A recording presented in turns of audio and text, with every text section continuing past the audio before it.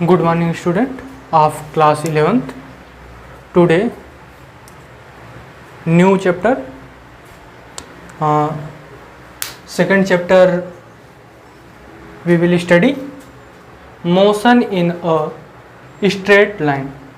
Motion in a straight line.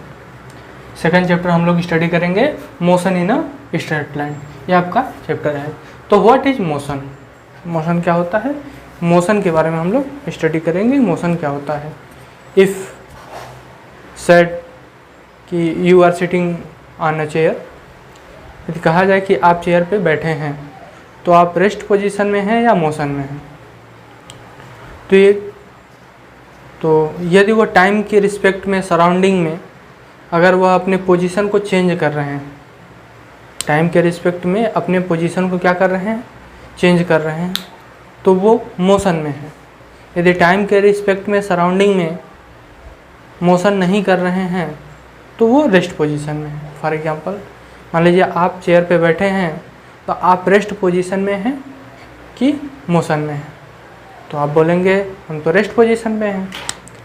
लेकिन किसके respect में बात किया जा रहा है, रूम के रिस्पेक्ट में यदि देखा जाए तो आप रेस्ट की पोजीशन में हैं. लेकिन आप मून से अगर देखे जाएं तो आप मोशन में हैं. कैसे कि पृथ्वी आपकी यानी अर्थ जो है वो रोटेट कर रही है, अर्थ रोटेट कर रही है तो उस पर आप हैं, आप भी क्या कर रहे हैं, रोटेट कर रहे हैं. तो इससे ये लगा कि आप जिस रिस्पेक्ट में आप देखे जा रहे हैं वो चीज़ें मायने रखती हैं. वहाँ से आपको कंपैरिजन किया जाएगा किसके रिस्पेक्ट में बात किया जा रहा है कि आप रेस्ट में हैं या मोशन में हैं. क्लियर. यानी कि यदि टाइम के रिस्पेक्ट में कोई सराउंडिंग में यदि ऑब्जेक्ट क्या कर रहा है, एक पोजीशन से दूसरे पोजीशन पे चेंज हो रहा है तो वो मोशन में है. यदि ऐसा नहीं है, यदि टाइम के रिस्पेक्ट में सराउंडिंग में वो अपना पोजीशन चेंज नहीं कर रहा है तो वो रेस्ट पोजीशन में है. क्लियर. देखें motion. Motion an object is said to be motion if it is change its position with respect its surrounding with the passage of time.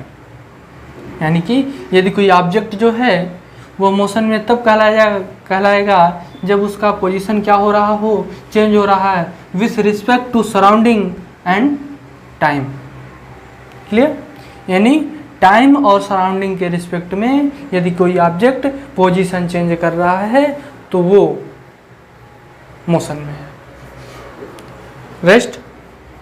N object is said to be rest if it does not change its position with respect its surrounding with the passage of time. यानी कि कोई object है वह time और surrounding के respect में अपने position को चेंज नहीं कर रहा है तो रेस्ट में हो. क्लियर.